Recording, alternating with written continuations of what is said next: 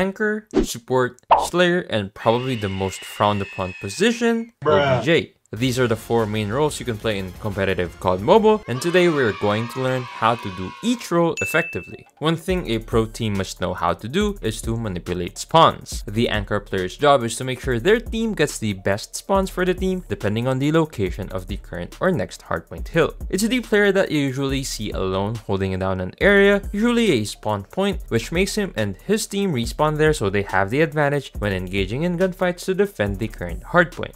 How do you do it? It's pretty simple. If you watch pro scrims or tournaments, whenever there's 15 seconds left in the current hardpoint, you'll see at least one guy lurking to the next point and securing spawns. Why? That way, if his teammates lose gunfights in the current hill, they have the chance to spawn near the next hill, securing positions instead of having to break off enemy defenses. Some maps are tricky to do anchoring alone, so maybe you'll ask support players to accompany you on the way to the next hill. If you thought of going to the next point early, there's a good chance that the enemy team would wanna secure spawns for next too. So having a buddy to trade for in case their anchor player has the same idea is good, so you can have the advantage for the next hill. You can also do this in ranked matches. You just respawn and you notice that there's less than 20 seconds on the current hill. Don't make another push. Rotate early and secure the more favorable spawns for the next point. You'd want the enemy team to spawn as far as possible so you could have the time to set up and get the points once the new hill starts. On your way to the new hill, you might want to stay cautious and pre-aim your way,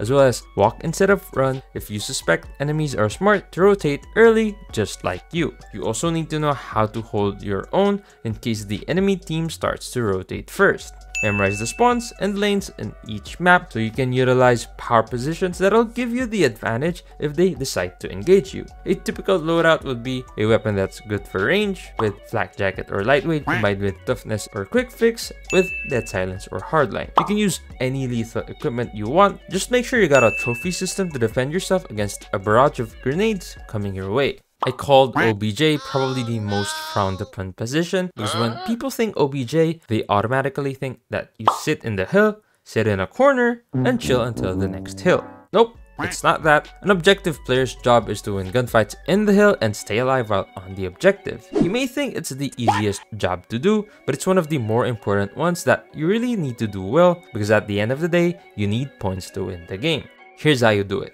Do it with a teammate or a friend and enter a private match on a map you want to learn. Today we'll look at standoff.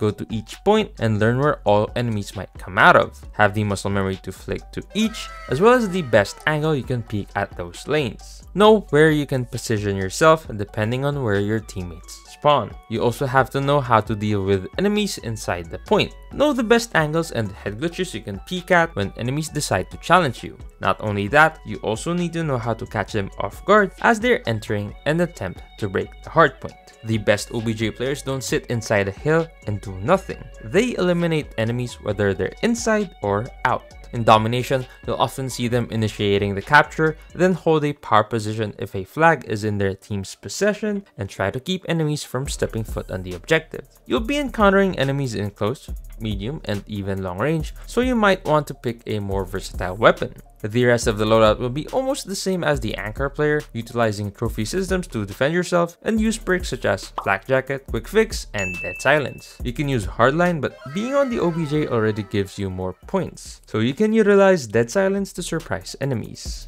Let's look at everyone's dream role. Slayer role is usually given to the team's best player when it comes to racking up kills and has the freedom to roam the map and cut off lanes in the most unpredictable ways possible. In short, the Slayer's job is to be annoying. Killing enemies is pretty straightforward, right? But here's how you can play like a Slayer. First, look at the map. In a game, at any given time, you need to know where enemies might make their way through depending on where they might spawn. Then you pick your choke points. These are areas where you can come out of nowhere and send enemies back to their spawn. Learn how to take the most advantage out of these spawns, how you can be unpredictable, and how you can outmaneuver enemies if they try to eliminate you. Put yourself in the most engagements possible and do everything in your power to delay their push if you're defending a hill or a flag. If your team needs to break or retake, You might do the entry and create openings for your team because you're the most talented at eliminating anyone who gets in your way. You'll have to have the best movement and the best gun skill in your team.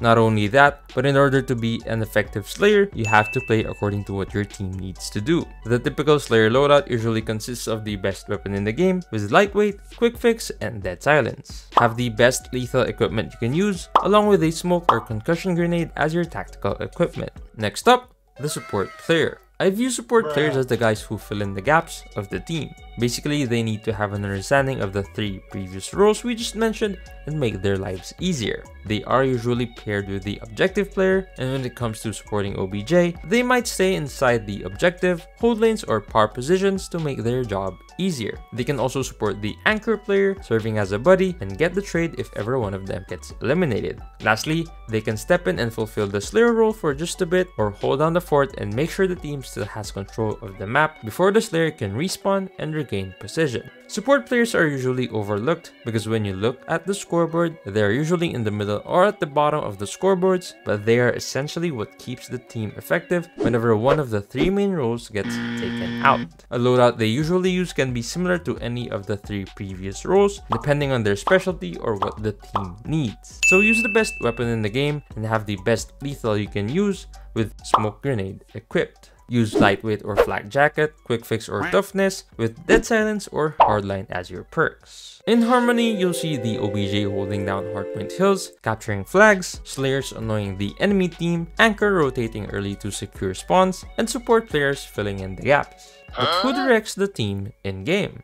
Well, it's none other than the in-game leader. The IGL should be the smartest guy in the team and is usually the one calling the shots and giving out orders in the game. He knows how an enemy team behaves and thinks multiple steps ahead to put his own team in the best position to win games. Not only that, the IGL is also the one that keeps the team's composure, making sure that everyone is playing at their best and boosting morale whenever needed. If you're the most experienced player in your team, you might want to take the role of IGL because of multiple reasons. Because you have faced more pro teams than your teammates, you should have the ability to develop strategies and see plays before they even happen at a macro level. You should also be the most mature among your teammates and keep them level-headed whether you're winning or losing games. The IGL is basically the one that steers a team into the right direction and can be the difference between a team that's working together versus a team that will look lost against the best teams in the game. Which position are you looking to play? Let me know down in the comments below. I recently watched 21 scrim and ranked videos of a pro player and took all the tips that you might find useful in a competitive setting. You can watch that very video right here.